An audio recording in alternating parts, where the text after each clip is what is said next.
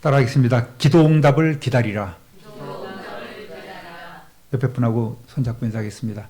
은혜 받지 못하면 시험 받고 갑니다. 오직 성령의 충만을 받읍시다. 오직 성령으로 됩니다. 할렐루야. 여러분, 이제 기도하기를 시작했으니 오늘도 순간순간 말씀하시는 성령님의 그 음성을 많이 들으셨을 거예요. 그리고 오늘 오신 줄로 믿습니다. 그런데 어떤 사람은 또 그런 성령님의 강권하심, 이것을 또 인내로 극복하는 사람들이 있어요. 오늘 가야 되는데, 아유, 이런 사정이 있고 저런 사정이 있고 내일 가지 하고 이렇게 또 미루는 이들도 있습니다.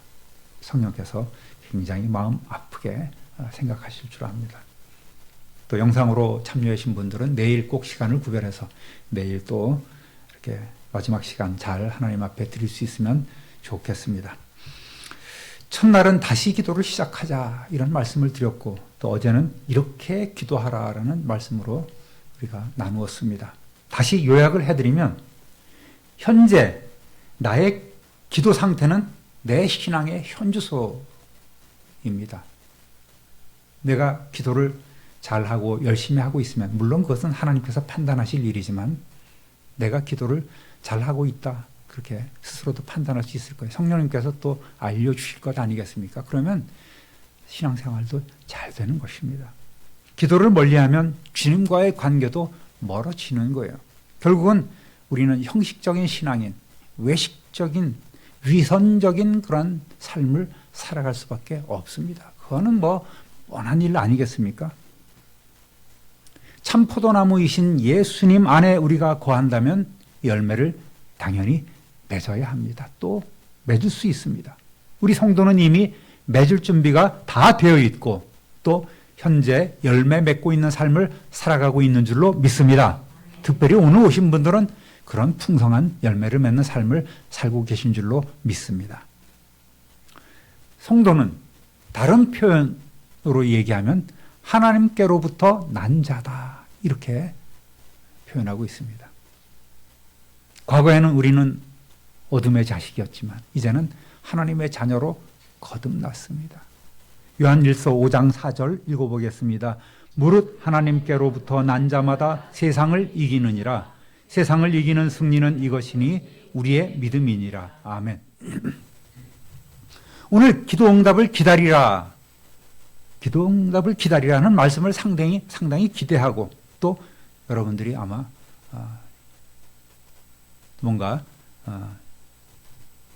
오늘 또 내게 큰 은혜를 주시지 않을까 이렇게 사모하고 있을 텐데요.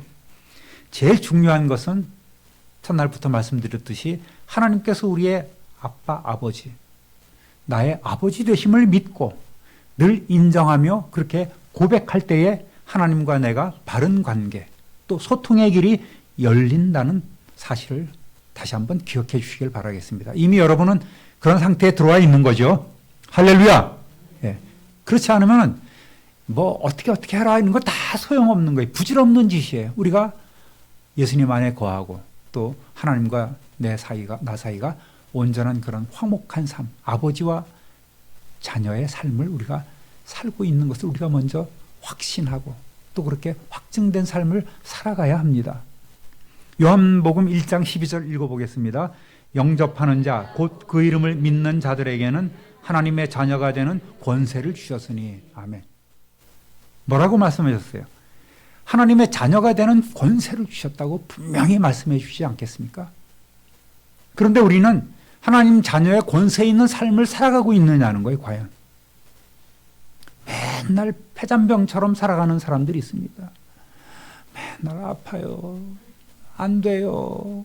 힘들어요. 문제가 생겼어요.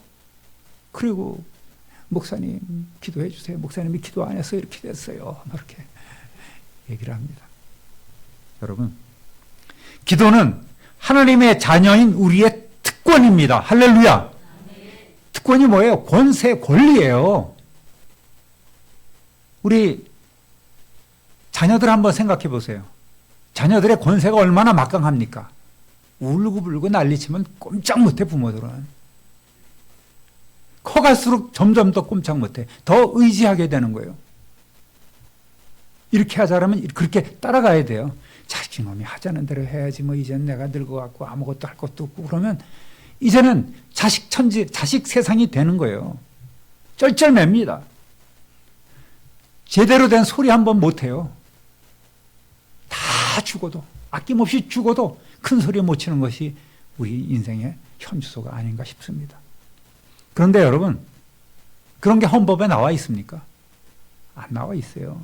어린이 헌장이 있지만은 어른이 만든 거예요. 어린이들이 이렇게 해달라고 얘기하지 않아요.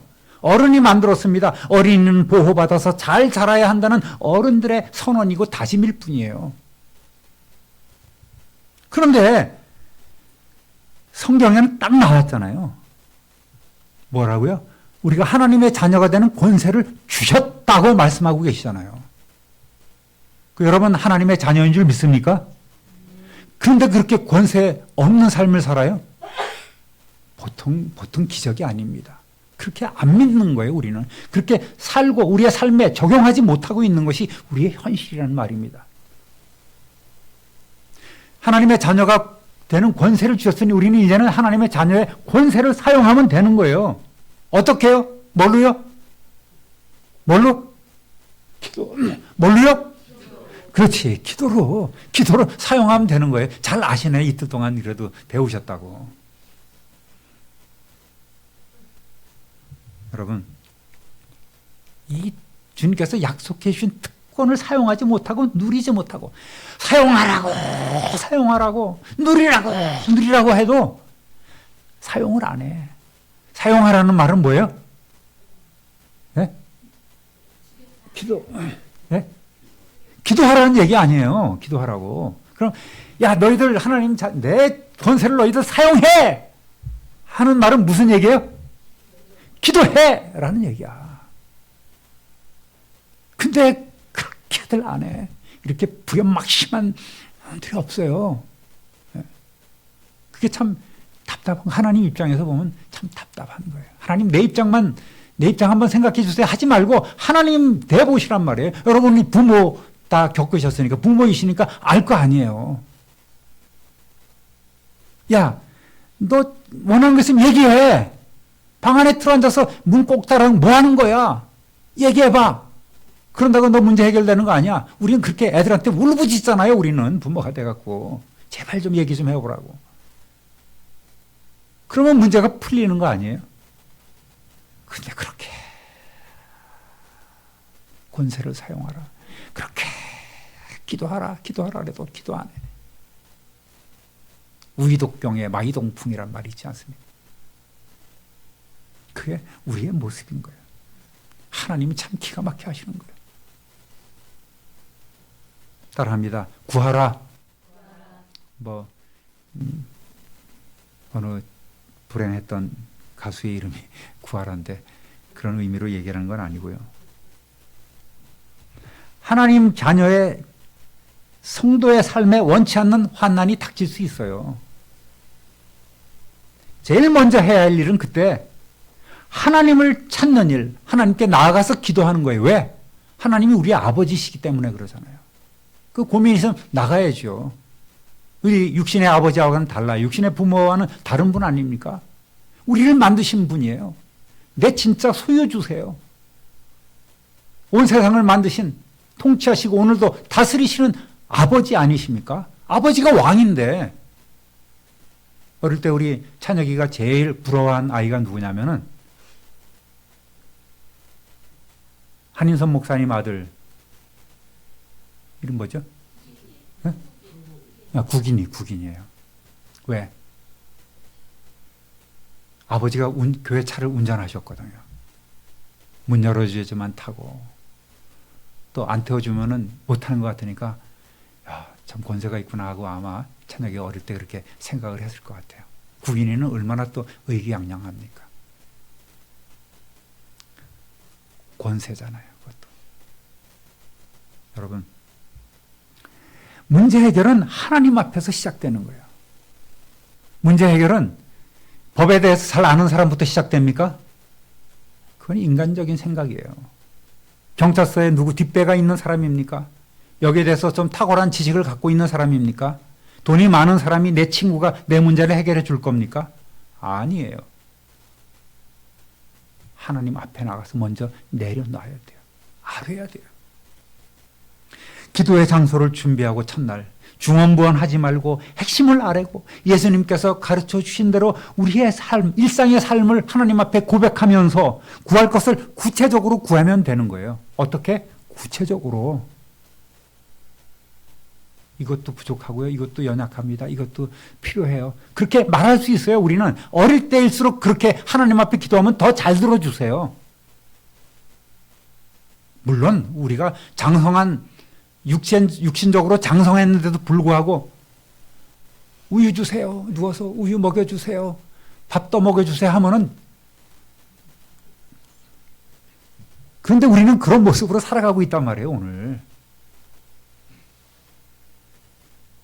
효도를 해야 되는데 효도하지 못하는 우리 껍데기만 장성한 사람들이 부지기수란 말이에요. 오늘 읽은 7장 8절 읽어보겠습니다. 7절 8절. 구하라 그리하면 너희에게 주실 것이요 찾으라 그리하면 찾아낼 것이요 문을 두드리라 그러면 너희에게 열릴 것이니 구하는 이마다 받을 것이요 찾는 이는 찾아낼 것이요 두드리는 이에게는 열릴 것이니라. 아멘. 우리가 너무나 잘 아는 말씀입니다. 믿지 않는 사람들도 어떤 간절함을 표현할 때 이 구절들을 자주 인용해서 사용하지 않습니까? 일일이 설명드리지 않겠습니다. 하나님을 믿고 기도하라는 명령이에요. 하나님이 우리 아버지고 내 모든 걸 들어주실 권세가 있고 또 나도 하나님 앞에 청구할 권세가 있는 하나님의 자녀라면 우리는 그렇게 아버지가 나의 아버지심을 믿고 기도하면 되는 거예요. 9절부터 11절까지 읽어보겠습니다. 너희 중에 누가 아들이 떡을 달라 하는데 돌을 주며 생선을 달라 하는데 뱀을 줄 사람이 있겠느냐? 너희가 악한 자라도 좋은 것으로 자식에게 줄 알거든 하물며 하늘에 계신 너희 아버지께서 구하는 자에게 좋은 것으로 주시지 않겠느냐? 아멘. 어느 분이 응답하신다고요? 우리가 기도하면 누가 응답하세요? 그렇죠. 하늘에 계신 전능하신 하나님이 응답해 주시는 거예요. 할렐루야.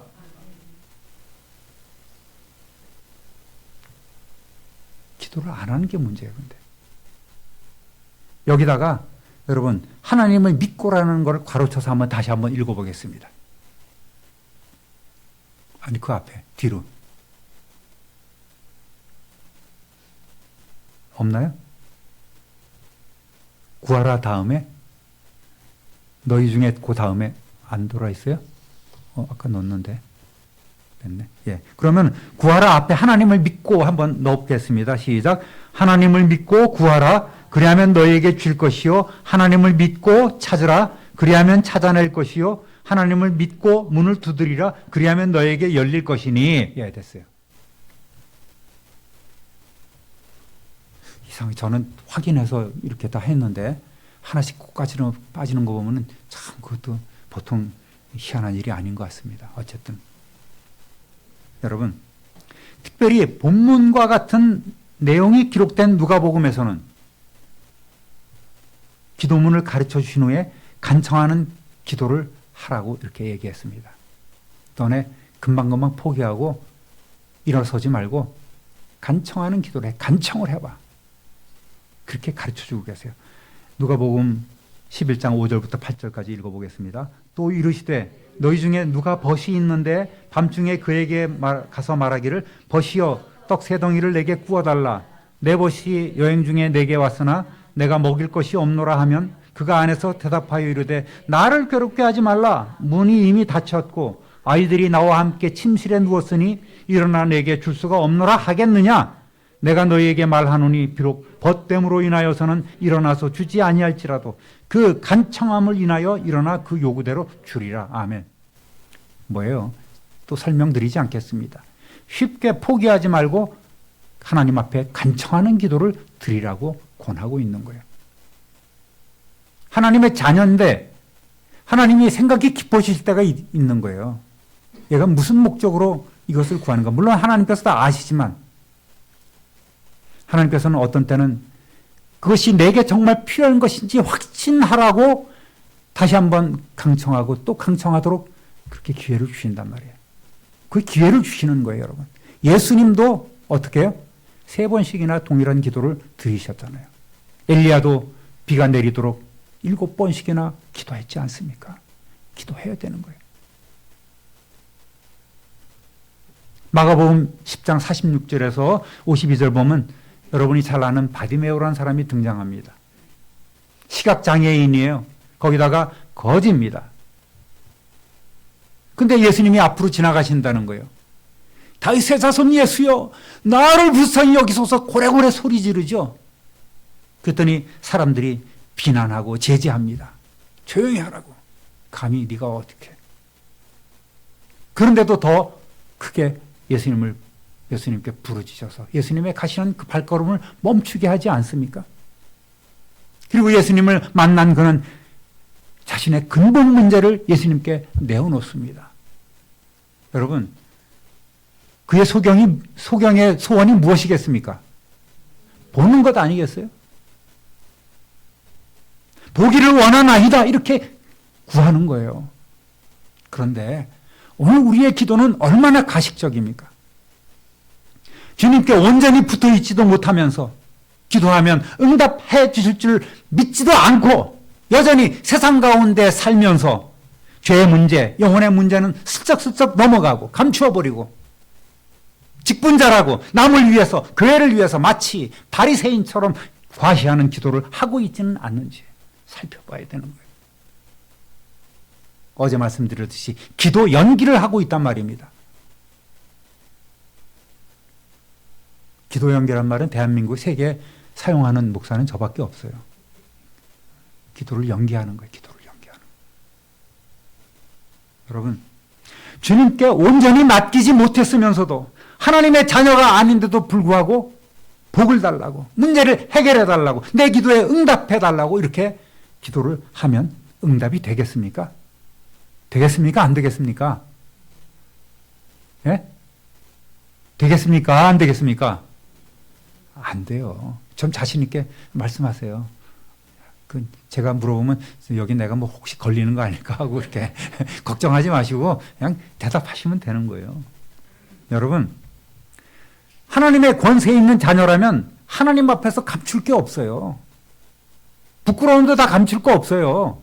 숨기지 마세요. 내 죄도 숨겨서는 안 돼요. 다 내놔야 돼요. 그래야지 뭔가 풀리는 거예요. 그래야지 용서받지 않습니까? 어린아이가 잘못했으면 잘못했어요. 다음부터는 그러지 않을게 해야 되는 것 아니에요? 근데 그거 감추고 말이지. 다음에 또 써먹으려고. 그러면 안 되는 거예요. 여러분, 바디메오는 많은 것들이 필요했을 거예요. 먹을 것도 필요하고 당장 거할 곳도 없고 집도 필요하고 돈도 필요합니다. 자기를 이렇게 도와줄 착한 아내도 필요했겠죠. 그러나 그는 지금 그런 기도를 드리지 않고 있어요. 그런 소원을 아뢰지 않고 있습니다. 그런 것들이 이에게는 문제가 되지 않아요. 다만 뭐예요? 보기를 원하나이다. 이거예요. 오직 눈 뜨는 것만이 한 번이라도 봤으면 그의 평생의 소원 아니었겠습니까? 여러분의 가장 큰 소원이 뭡니까? 가장 핵심적인 문제가 뭐예요? 하나님과 우리 사이를 막고 있는 그 문제. 죄의 문제는 이미 해결됐다고 말씀해 주셨는데 죄의 문제 다음에 있는 것이 무엇일까? 이기적인 것도 있겠죠. 직분을 받았으면서 직분 제대로 감당하지 못하는 것도 있겠죠. 온전히 하나님 앞에 나아가 예배하는 삶을 살지 못하고 자꾸만 미루고 피하고 섬기는 것 게을리하고 하는 이런 것들도 아마 복을 받지 못하는, 기도 응답을 받지 못하는 여러 가지 문제가 있을 거예요. 여러분, 간절한 소원은 그 목적이 분명한 기도를 드리게 합니다. 간절한 이러한 마음의 소원이 있으면 우리는 부모에게 나가서 이것 하고 싶어요 라고 이렇게 얘기할 수 있는 거예요. 목적이 분명한 기도는 반드시 응답을 받습니다. 근본적인 문제를 하나님 앞에 내어놓는 저와 여러분 되시기를 우리 주님의 이름으로 부탁드립니다. 예? 여러분의 꿈도 내어놓고 이루어 주십시오. 여러분의 소망도 다 내어주시고 이렇게 소원합니다.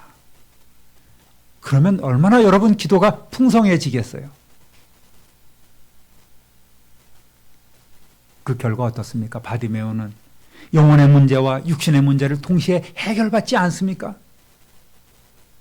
정말 놀라운 복을 받고 누리게 되었죠. 할렐루야. 죄사함도 받고 눈도 뜨게 되었습니다. 진실하게 핵심적인 기도를 하나님 앞에 드리면 되는 거예요. 가짜 기도하지 마십시오. 따라합니다. 성령 받으면 됩니다.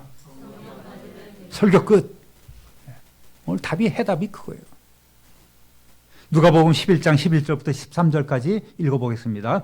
너희 중에 아버지 된 자로서 누가 아들이 생선을 달라 하는데 생선 대신에 뱀을 주며 알을 달라 하는데 전갈을 주겠느냐?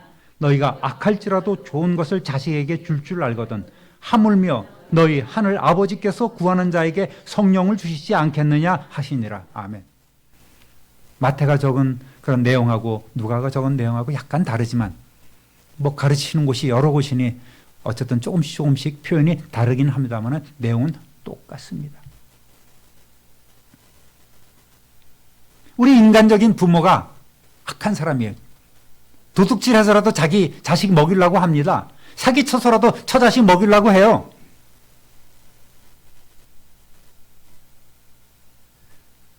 그들의 필요를 알고 이렇게 악한 자라도 좋은 것으로 자식에게 먹일 줄 압니다. 계란도 사다 먹여요. 좋은 생선도 사다 먹입니다. 그런데 우리의 아버지신 하늘 아버지께서는 우리의 모든 형편과 처지를 다 알고 계시는 하나님께서는 왜 그런 걸 모르시겠어요? 다 우리의 필요를 아신단 말입니다. 어제 우리가 나눈 말씀 아니겠습니까? 누가가 마태가 말한 그 좋은 것, 하나님이 주시는 것을 성령이라고 이렇게 표현한 것은 누가가 생각하기에 인간이 하나님으로부터 받은 은총 가운데 최고의 선물이 바로 성령이기 때문에 그래요. 할렐루야. 여러분이 받고 누리는 구원의 기쁨, 감사, 감격, 그것도 다 좋아요, 이제. 그거는 당연한 거고. 그 이후부터는 우리에게, 여러분에게 가장 필요하고 가장 소중한, 가장 귀한 선물이 바로 성령이에요. 성령님이십니다. 할렐루야. 요한복음 16장 7절 읽어보겠습니다. 그러나 내가 너희에게 실상을 말하노니 내가 떠나가는 것이 너희에게 유익이라. 내가 떠나가지 아니하면 보혜사가 너희에게로 오시지 아니할 것이요 가면 내가 그를 너희에게로 보내리니. 아멘. 예수님께서 가셔야 되는 거예요. 그래야지만 누가 오세요? 또 다른 성령이신 보혜사 성령님께서 오시는 거예요. 예수님은 현재 어떻습니까? 하나님이시지만 현실적으로 육체적인 제약이 있으신 분 아니겠습니까? 그리고 하나님의 뜻을 이행해야 될 사명을 갖고 세상에 오신 분입니다. 반드시 죽으셔야 돼요.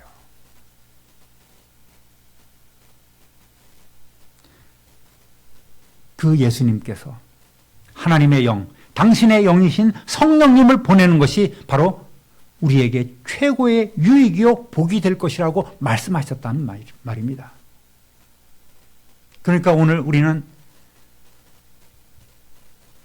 누구를 여러분 안에 영접하고 여러분의 왕으로 여러분 마음의 성전 안에 모시고 살아야 합니까? 성령님이세요. 성령 하나님을 모시고 살아야 되는 거예요.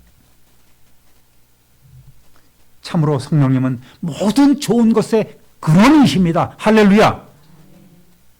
다른 거 구하는 것보다 먼저 이것부터 여러분 구하십시오.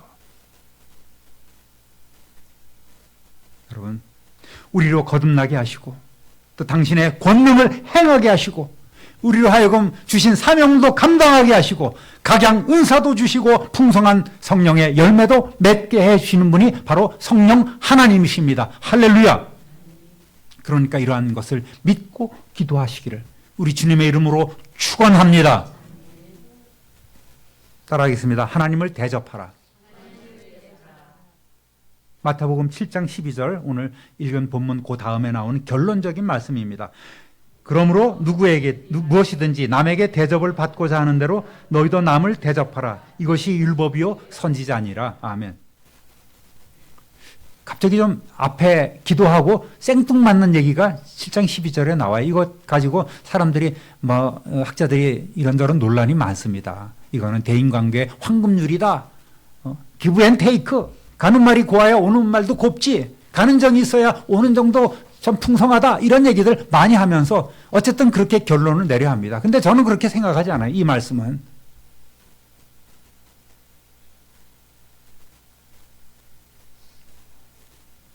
오늘 본문을 보면 우리가 구하면 하나님께서 다 주시는데 그것도 좋은 것으로 챙겨서 주시겠다고 하는데 결론이 갑자기 남에게 대접을 받고 싶으면 너희도 남을 대접하라. 이것이 율법과 선지자라고 갑자기 말씀하세요. 율법과 선지자는 뭐예요? 이 말씀을 하시는 예수님 당시의 구약 성경을 얘기를 하는 거예요. 모세가 준 율법이 있고 그다음에 그 뒤에 선지자들이 받은 하나님의 말씀들이 갖가지 있지 않겠습니까? 거기에 다윗 역시 선지자라고 했으니까 다 선지서가 모두가 다 거기에 들어가 있는, 포함되어 있는 거예요.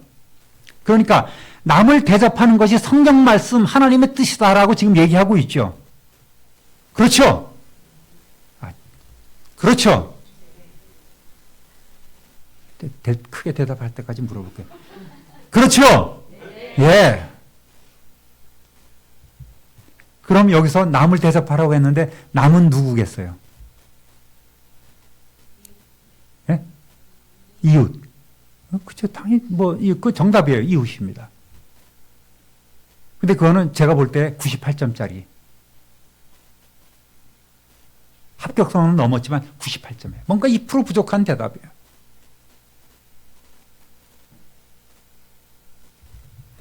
대인관계의 황금률이에요. 당연한 말씀입니다. 그러나 저는 이 말씀을 하신 그 예수님의 의도는 남은 명백하게 하나님 아버지를 말씀하고 계시다. 저는 그렇게 성경을 읽고 있어요. 그렇게 파악했습니다. 그렇게 확신을 주셨어요, 이번에. 어디 기도책 읽어봐도 이런 얘기 안 나와요. 남은 하나님이 포함된 말씀이라고 이렇게 얘기하지는 않아요. 제가 읽으면서 깨닫는 거예요. 감동이 오는 거예요. 아니, 하나님을 잘 대접해드리라고?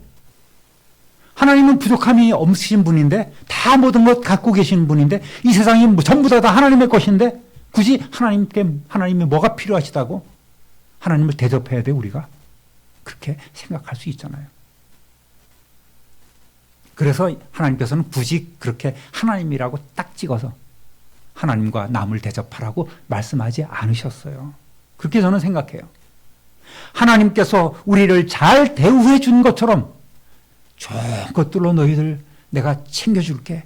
성령을 구하면 내가 성령까지 줄게 얘기하면서 너희도 그러니까 남을 대접해야 돼 얘기는 슬그머니 당신을 빼놓고 얘기를 하고 있는 거예요. 좀 낯간지러우시는지 모르겠어요.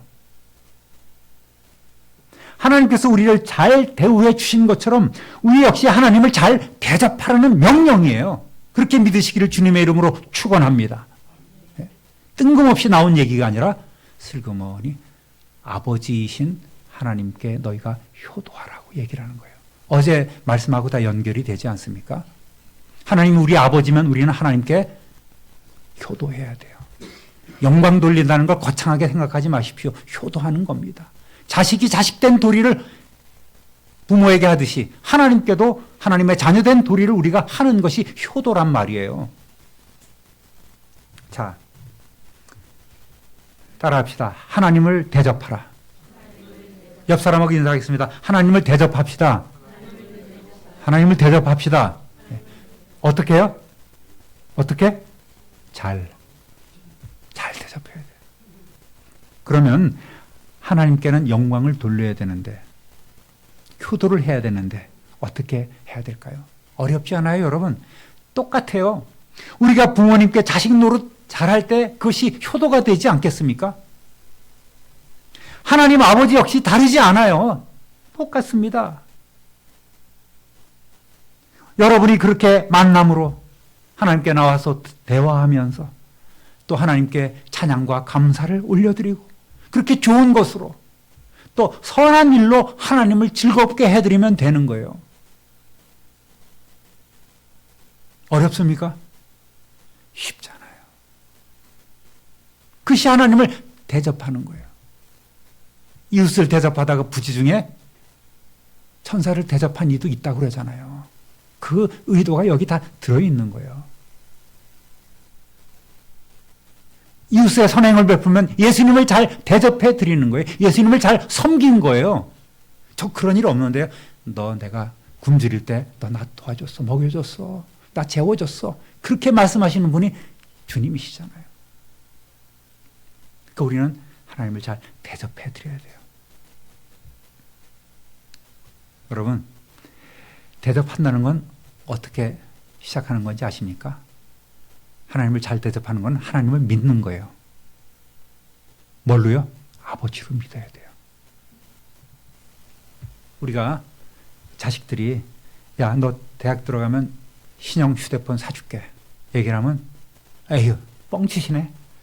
자식이 그래봐요. 사줄만 나겠어. 이놈의 자식하고 당장 내쫓지.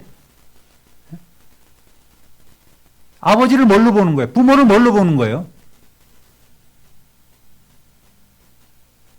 하나님께 구하면 주시겠다고 하는데 설마요? 하나님이 주시겠어요? 그리고 이런 불의 자식하고 똑같은 거예요. 믿음이 없는 행위는 하나님께 나가서 기도할 아무 자격이 없어요. 여러분, 하나님 기분 나쁘게 해드리면 안 되는 거예요. 안 믿으면 하나님께서 기분 나빠하시고 마음 상해하시는 거예요. 아버지로 인정을 해드리지 못하는 것 아니겠습니까? 여러분, 안 믿으면 받을 줄 생각 말아야 돼요. 저절로 이루어지기를 요행도 바라지 말아야 됩니다. 확신의 기도는 하나님을 기쁘시게 하고 기도하는 자에게는 큰 기쁨과 평안과 응답을 가져다 주는 줄 믿으시길 바랍니다. 확신의 기도는 뭡니까? 아버지께서 분명히 내게 주실 거라는 믿음을 갖고 하는 기도는 하나님을 기쁘시게 한단 말이에요. 얘가 나를 진짜 신뢰하고 있구나, 나를 믿고 있구나라고 이렇게 생각을 한단 말이에요. 그러니까 우리는 어떻게 믿고 기도하는 거예요. 하나님을 대접하며 하나님께 효도하려면 먼저 하나님을 신뢰하고, 그 다음에 두 번째로는 하나님의 것을 하나님께 드려야 돼요. 무슨 말인지 알겠죠? 하나님의 것은 하나님께 드려야 돼요. 하나님의 몫을 하나님께 드리는 거예요. 물질 생활도 그런 거예요. 11조 예물은 하나님의 것 아니겠습니까? 전에도 우리 배웠지만, 또 첫 소산도 하나님의 것이므로 하나님께 감사함으로 거룩하게 구별해서 하나님께 올려드려야 돼요. 하나님의 몫을 내가 결정해서는 안 되는 거예요. 내 형편이 어려우니까 쓸 게 없으니까 이것만 드려야지. 그러면 안 되는 거예요. 점점 더 어려워지는 거예요. 시험하라 그랬잖아요. 오직 하면 하나님께서 11조를 한번 해봐. 제대로 해봐. 내가 너에게 복 주나 안 주나. 그렇게까지 말씀하셨잖아요. 그러면 여러분 믿습니까? 이 말씀? 믿습니까? 그러면 그대로 따라하면 복 받는 거예요. 그런 체험들 성도님들 여러분 많이 지금 아마 하고 계실 거예요. 또 그렇게 자식을 길러오지 않았습니까?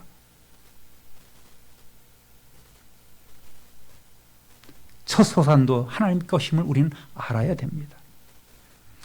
여러분, 하나님 앞에 인색 떨고 하는 것이 내게 좀 남는 것 같아도 결국은 다 삼배바지에 방귀 새듯이 다 사라져버리는 거 많은 거예요. 다 새 나가버리고 맙니다.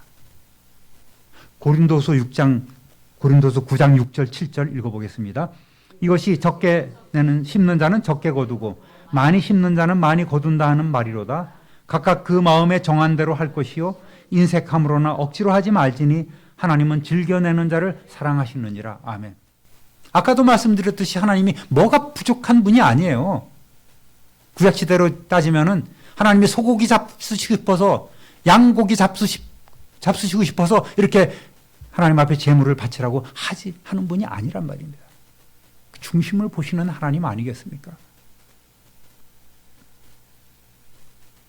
여러분, 우리에게 주신 은혜에 우리는 풍성하게 감사를 드려야 돼요. 헌물은 감동 주신 대로 드리면 되는 것입니다. 인색하게 마지못해서 이렇게 이것저것 따지면 하나님께서도 이것저것 따지신단 말이에요. 그러면 안 됩니다. 감사할 줄 모르면 복이 끊어지는 거예요.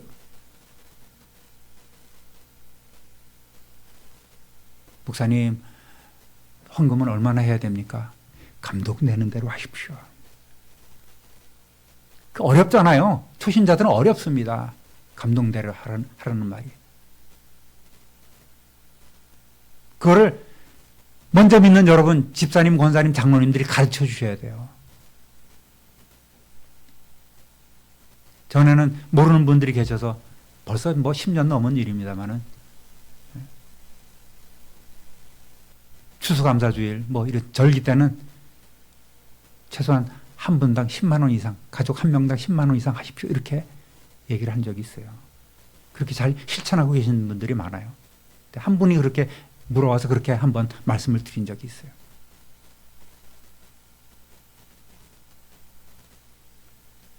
이래도 10,000원, 저래도 10,000원, 그렇게 하실 수밖에 없는 형편도 있으시겠지만 적어도 여러분 전능하신 하나님이 여러분에게 모든 것을 공급해 주시는 하나님이 살아계신다면 그렇게 하면 안 되는 거예요. 헌금 얘기로 이렇게 변질되는 것 같지만 여러분 배우셔야 됩니다. 이렇게. 주일 헌금도 많이 하셔야 돼요. 1,000원 단위로 하면 안 되고 최소한 10,000원 이상 해야 됩니다. 언제적 10,000원입니까? 감사 예물은 정하지 마세요. 감사 헌금은, 감사 예물은. 정말 감동되는 대로 해야 되는 거예요. 10,000원 드리면 10,000원어치 감동된 거예요. 속된 표현이지만. 그겁니까, 여러분? 진짜 감사한 겁니까, 그게?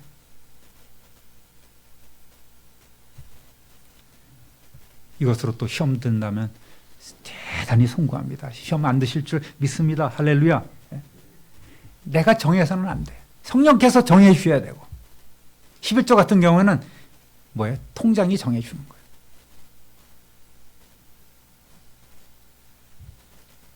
여러분, 감사할 줄 모르면 복 받을 줄 생각 말아야 됩니다. 우리 자식들이야, 부모들이 자식에 대한 딱히 지분이 없잖아요. 내가 너한테 평생 길러주느라고 얼마 들었으니 너 얼마 가져와 이렇게 할 수는 없잖아요. 길권사님도 아니고 말이죠. 길권사님처럼 가져와 하면은 가져와야 돼요. 난리 납니다. 안 가져오면. 자동 이체시켜 그러면 이체시켜야 돼요. 우리는 근데 그런 권세가 없어요. 부모지만. 이래저래 말할 수도 없고 그냥 눈치만 보는 거예요. 자식들이. 너 얼마 가져와 그러지 못하고 여행 가자 그러면 겨우 눈치 보고 이렇게 따라가고 겨우 이렇게 그런 것이 우리 부모의 마음 아니겠습니까? 또 자식들이 가져오면 불편한 것이 사실인 거예요. 그런데 하나님은 당당하게 당신의 것을 가져오라고 명령하셨어요. 명령은 어떻게 해야 돼요? 이행해야 되는 것 아니겠습니까? 그러면 다시 크게 만들어서 되돌려 주십니다. 우리 길권사님이 가져오라 그러지만 쏠 때는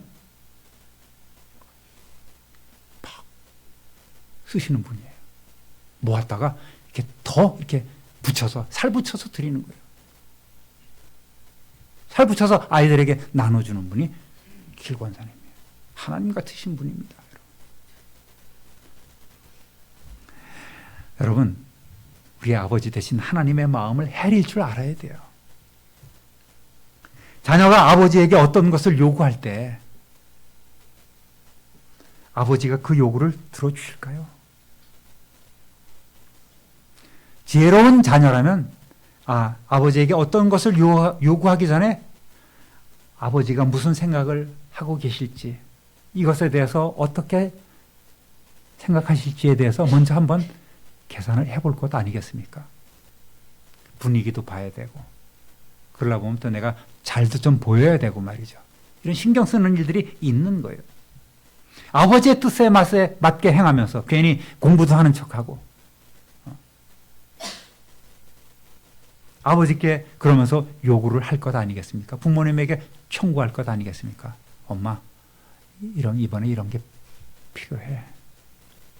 이놈의 자식 전에 준 돈 다 어디다 쓰고 그러지 않는단 말이에요. 분위기 봐서 하면은 들어주실 것 당연히 들어주시죠. 빌립보서 2장 13절 읽어보겠습니다.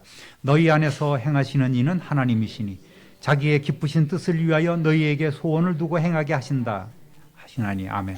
그렇게 말씀하셨습니다. 하나님의 뜻과 나의 소원이 일치할 때, 즉 내 소원, 내 마음의 소원과 하나님의 그런 마음이 일치할 때, 하나님의 뜻이 일치할 때 그 기도는 능력이 나타나고 그 기도는 우선순위에서 우리에게 응답되는 것입니다. 그런 기도는 하나님께서 반드시 응답해 주세요. 자녀들이 합당한 요구를 했을 때 부모들은 당연히 그 기도를, 그 요구를 들어주지 않겠습니까? 그래서 찬송가 이런 고백이 있잖아요. 나의 품은 뜻 주의 뜻같이 되게 하여 주소서. 할렐루야.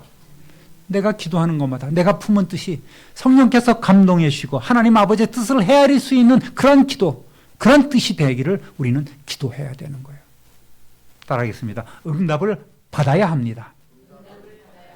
그러면 정말 모든 기도를 하나님께서 이렇게 들어주실까요? 따라합니다. 하나님의 뜻에 맞는 기도를 드려야 합니다. 유치원생 아들이 불량식품 사달라고 막 조릅니다. 초등학생 딸이 칼을 사달라고 막 부모를 졸라요. 사줍니까? 안 사줍니까? 사줘요? 안 사줘요? 여러분 같으면 안 사줍니다. 고등학생 아들이 고가의 오토바이를 사달라고 막 난리를 핍니다.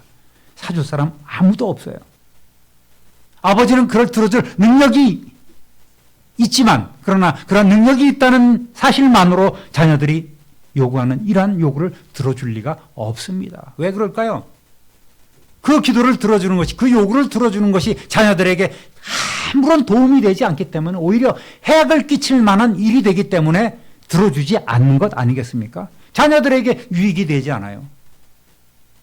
그런데 조리고에 들어간 아이가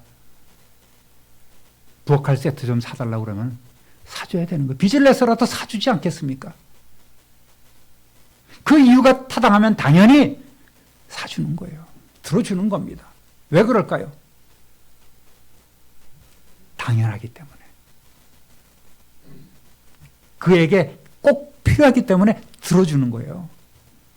어릴 때는 자기 중심대로 구하다가 장성하면서 아버지의 마음을 알고 우리가 요청을 하듯이 그리스도인들도 신앙이 막 이제 들어갔을 때는 내 중심으로 구해요. 뭐 주시고 이것도 필요하고 저것도 필요합니다. 얘기를 해요. 그러나 장성하면 하나님의 뜻에 따라 하나님의 나라를 세워가기 위해서 요구하고 기도하는 거예요. 그런 장성한 신앙인 되기를 우리 주님의 이름으로 부탁드립니다. 하나님의 뜻이 실현되기 위해서 기도하려면 초등학생 믿음에서, 유아의 믿음에서, 초등학생 믿음에서, 고등학생, 성인의 믿음으로 우리는 그리스도의 장성한 분량에 이르기까지 자라고 성숙해져야 됩니다. 우리 교회에서 가장 좋은 이름이 저는 성숙이란 이름인데 참 좋은 이름 아니겠습니까, 여러분?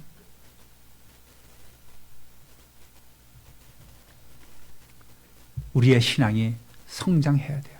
성장한 다음에 열매 맺기 위해서는 성숙해야 하는 거예요. 열매 맺는 것이 성숙 아니겠습니까, 결국은?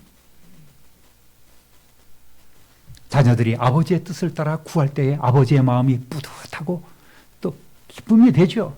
하나님도 하나님의 뜻에 따라서 구할 때 기뻐하신다는 말입니다. 여러분, 하나님은 우리의 모든 기도를 들어주시지 않습니다. 하나님은 하나님의 뜻에 맞는 기도만을 들어주십니다. 만약에 하나님 아버지, 제가 성공한 사기꾼이 되게 해주세요. 공부 안 했지만 100점 맞게 해주세요. 어제 제가 교회 가서 기도했지 않습니까? 그러니까 비록 공부는 못했지만 오늘 시험 100점 맞게 해주세요. 그런 기도가 쓸데없는, 쌀데기 없는 쓰레기 같은 기도가 되는 거예요. 램프의 요정 진이라면 문질르면 나와서 3가지 소원을 말해 보시오 이렇게 얘기하고 다 들어줄지 모르겠지만 앞뒤 생각 없이 그런 요구를 들어줄지 모르겠지만 하나님은 결코 이런 기도를 들어주지 않는다는 말씀입니다. 하나님의 뜻에 맞지 않는 기도, 자녀들에게 전혀 유익이 되지 않는 기도는 응답하지 않으세요. 취급도 안 하십니다. 야고보서 4장 2절 하반절 3절 읽어보겠습니다. 너희가 얻지 못하면 구하지 아니하기 때문이요 구하여도 받지 못하면 정욕으로 쓰려고 잘못 구하기 때문이라. 명예를 구하고 권세 구하고 그것이 하나님의 복인 양 생각하고 하나님 부자 되게 해주세요. 이런 것도 하나님께서는 원치 않으시는 거예요. 일용할 양식만을 구하면 되는 것입니다. 우리의 기도도 물론 우리가 기도 안에서 못 받는 것도 있지만 많은 경우 하나님의 뜻에 합당한 기도가 아니기 때문에 하나님께서 들어주지 않습니다. 기도는 하나님을 바꾸지 않고 또 기도하는 자를 바꾼다는 이러한 말이 있지 않습니까? 응답하지 않으시는 것이 하나님의 뜻임을 우리는 때로 깨달아야 돼요. 또 지금은 하나님의 때가 아님을 우리는 알아야 합니다. 기도의 목적은 하나님의 뜻을 꺾고 하나님의 보좌를 움직이는 기도 좋습니다. 그러나 그것이 아니라 하나님의 뜻을 깨닫고 내 뜻을, 내 고집을 온전히 버리는 거예요. 진정한 기도란 나를 부인하고 하나님의 뜻에 내 자신을 완전히 복종시키기 위한 자신과의 싸움 아니겠어요? 그런 싸움을 누가 했어요? 예수님께서 하셨잖아요. 아버지, 할 수만 있으면 이 잔이 내게서 지나가게 해주십시오. 전 마시고 싶지 않습니다. 계속해서 정말 이 땀이 땅에 떨어지는 핏방울처럼 그렇게 예수님께서는 생명단, 그 겟세마네 이 포도즙을 짜내는 즙틀을 상징하는데 큰 진액을 짜내는 기도를 했지 않습니까? 땀과 눈물과 핏방울 3대 액체를 흘리신 예수님 아니겠습니까? 그러면서 어떻게 돼요? 하나님 아버지의 뜻대로 해 주십시오 하는 이런 포기와 순종의 기도를 결국 예수님은 드리셨던 것 아니겠어요? 그래서 갈보리 골고다 언덕에서 십자가로 하나님의 뜻에 따라서 순종하시고 당신을 화목제물로 드리셨단 말입니다. 여러분, 내 뜻과 내 고집을 꺾는 것이 어떤 때는 진정한 기도가 되는 거예요. 주님 앞에 예만 있고 아니오가 없는 하나님의 뜻은 분명히 이것인 줄 우리가 아는데 자꾸만 그것을 변경시키려 한단 말이에요. 그거는 잘못된 것입니다. 예만 있고 아니오가 없는 기도의 용사 되시기를 우리 주님의 이름으로 축원합니다. 두 번째 따라합니다. 아버지 하나님의 시간을 기다려야 합니다. 시편 61편 1절 2절 읽어보겠습니다. 나의 영혼이 잠잠히 하나님만 바라며 나의 구원이 그에게서 나오는도다. 오직 그만이 나의 반석이시요 나의 구원이시요 나의 요새이시니 내가 크게 흔들리지 아니하리로다. 아멘.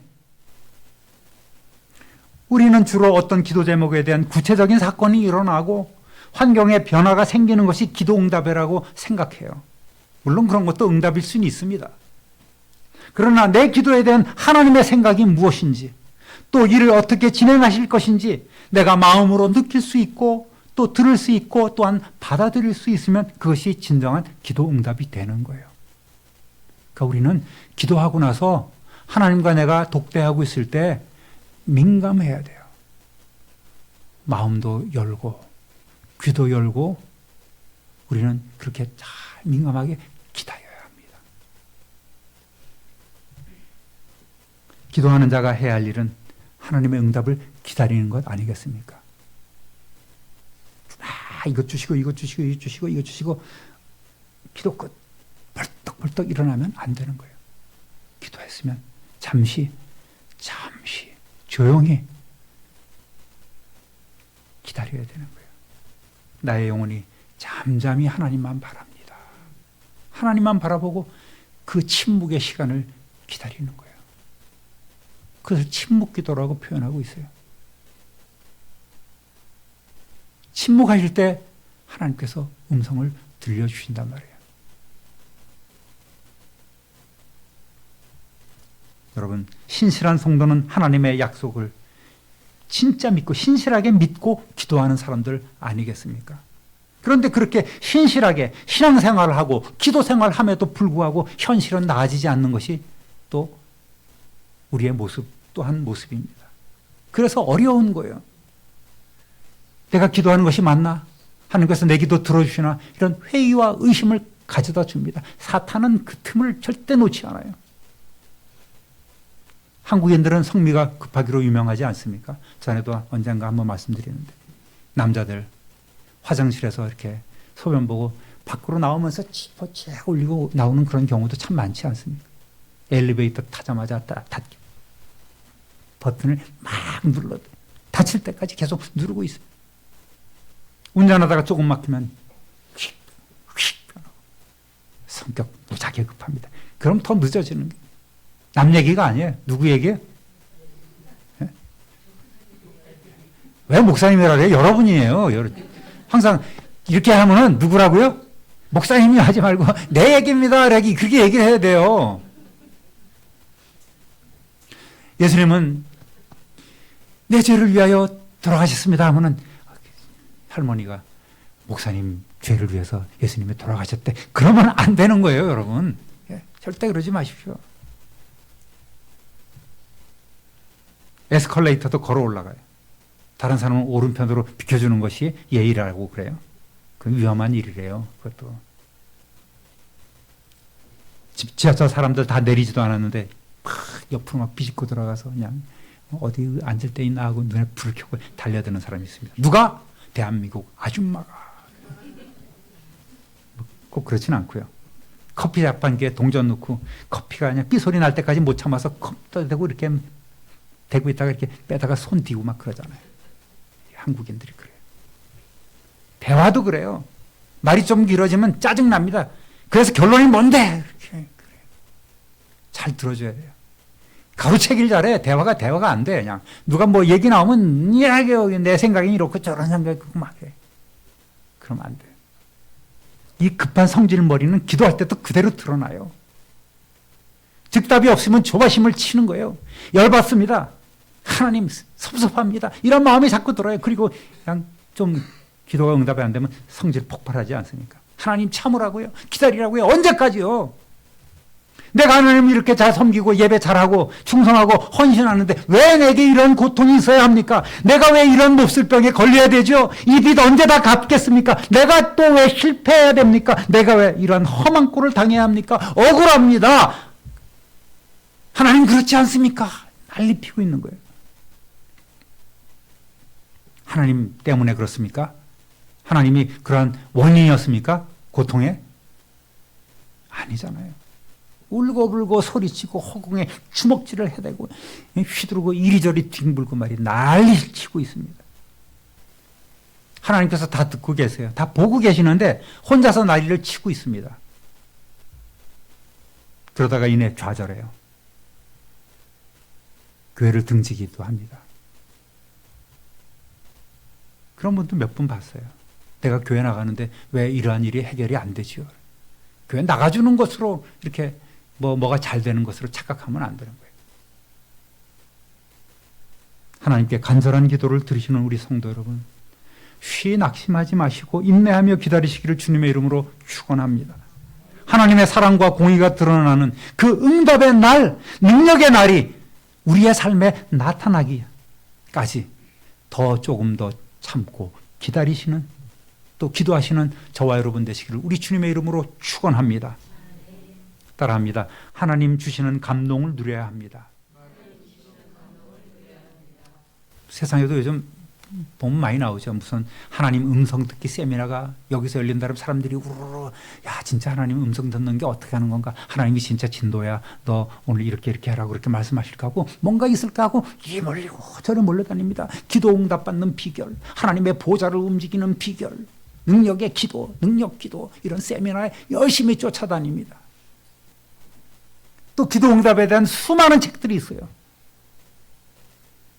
제가 이번에 기도 세미나 4시간에 걸쳐서 하고 있지만은 정말 다 담지 못하잖아요. 그냥 우리 성도님들의 신앙에 맞는 그런 수준에서 적당히 끝내잖아요. 얼마나 성경에도 많은 기도의 예가 있고 응답의 예가 있고 망하는 예가 있고 다 나오잖아요. 그런 거 다 일일이 거론하자면은 일생 동안 설교해도 다 모자라는 것 아니겠습니까? 단순하게 정리하는 시간 되기를 우리 주님의 이름으로 축복합니다. 그런 지혜가 있어야 돼요. 음성, 여러분이 생각하는 그 보이스, 웨이브 파동, 귀에 들리는, 꽂히는 그런 음성 들립니까? 안 들립니까? 들려요? 안 들려요? 안 들려요. 단언하건대 오늘 그렇게 하나님은 응답하지 않으십니다. 환상 보는 분도 있을 거예요. 꿈꾸는 사람이 있을 거예요. 그러나 보편적이지 않습니다. 거의 99.99%가 그럴 거예요. 특별히 하나님께서 급하실 때 사용하실 수는 있겠죠. 하나님의 음성 들었다고 많이 표현하지만 하나님이 제게 이렇게 말씀하셨어요. 이렇게 우리는 표현하지, 그렇게 표현을 잘 하지 않습니까? 그렇지만 이것은 그 응답하시는 성령님의 감동이요, 성령님의 음성이라고 표현해야 되는 거예요. 우리 마음속에 울림이 있고 마음속에 감동은 성령님의 음성이라고 우리는 그렇게 표현하고 있습니다. 내가 말씀하셨다고, 내게 말씀하셨다고 우리는 확실히 이렇게 들을 수 있을 정도로 하나님께서 그렇게 강하게 감동 주시는 거예요. 그것이 하나님의 음성을 듣는 방법입니다. 성경 말씀 읽을 때 하나님께서 말씀을 주시잖아요. 여러분, 하나님은 예배 드릴 때 설교 말씀으로 응답하세요. 할렐루야! 사도행전 10장 33절 읽어보겠습니다. 이제 우리는 주께서 당신에게 명하신 모든 것을 듣고자 하여 다 하나님 앞에 있나이다. 백부장 고넬료가 베드로를 초청해서 말씀을 들을 때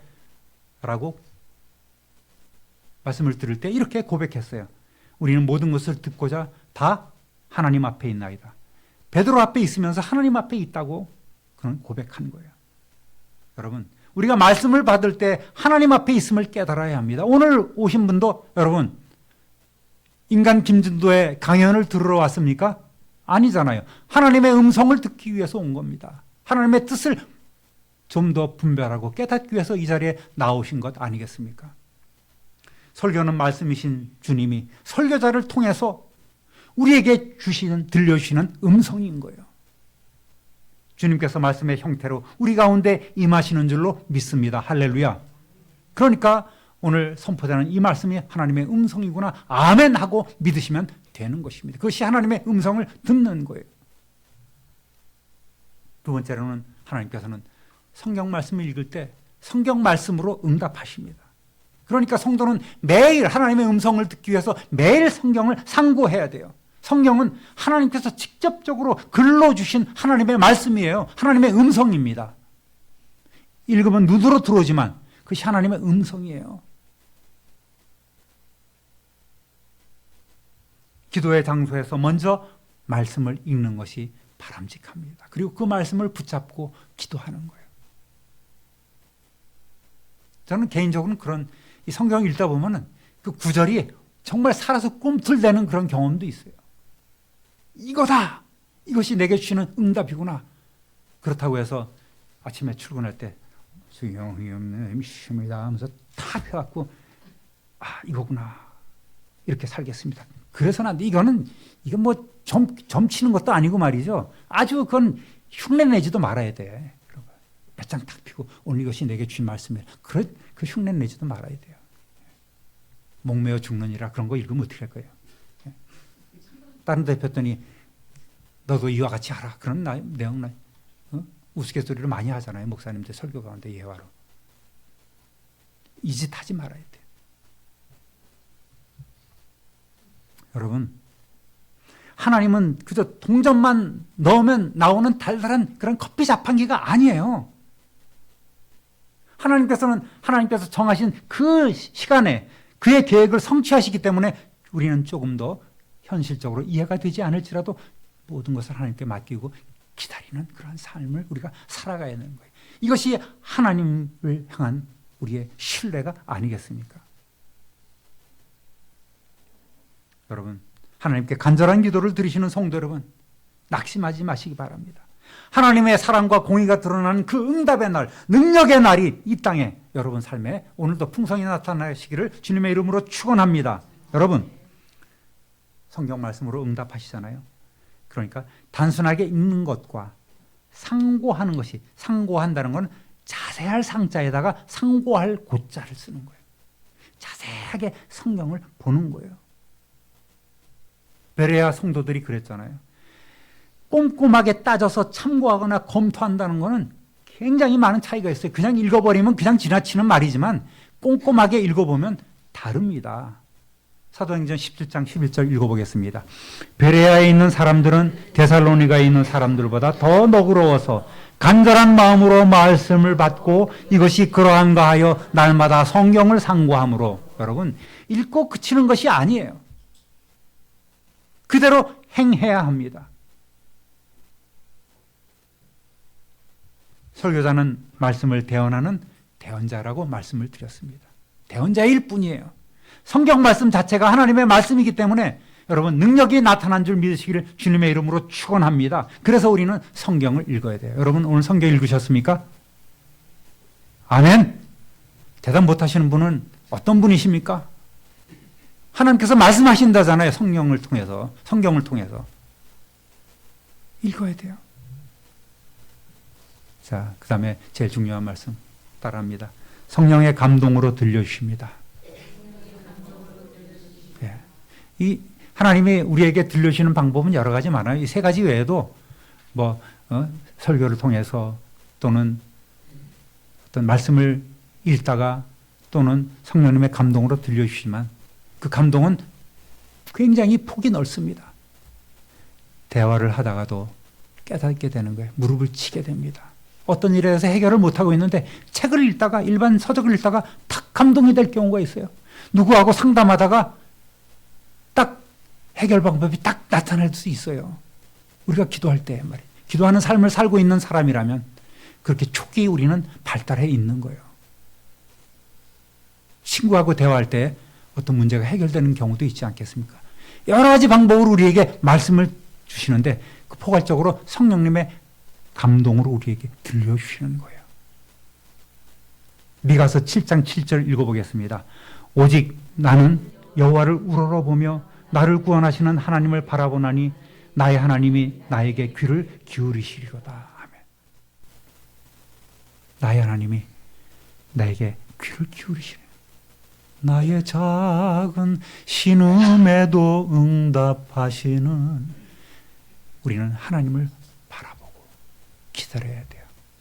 그러면 특별히 성령께서 그 뭐라고 표현하지 못해요. 그러나 강하게 때로는, 어떤 때는 세미한 음성으로 여러분에게 알려주신단 말이에요. 이렇게 민감해야 돼요. 여러분, 그러면 조지 물러가 일생에 5만 번 기도 응답 받고 또 웨슬레가 3만 번 이상 응답 받았다고 하는데 여러분도 그 이상 더 많은 응답을 받을 수 있어요.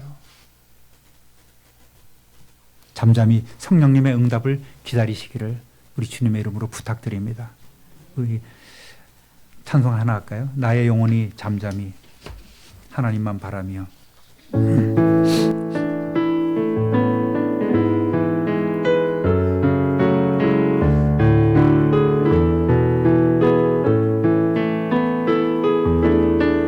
나의 영혼이 잠잠히 하나님만 바라며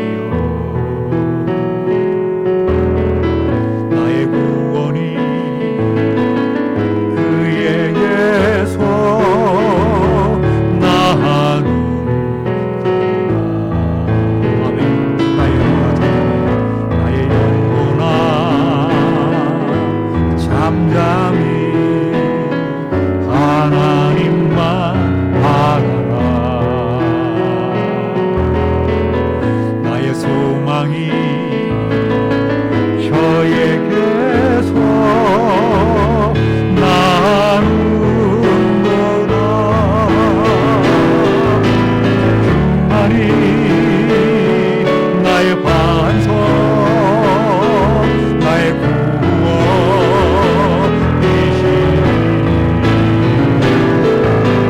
주만이 나의 산소, 내가 요동치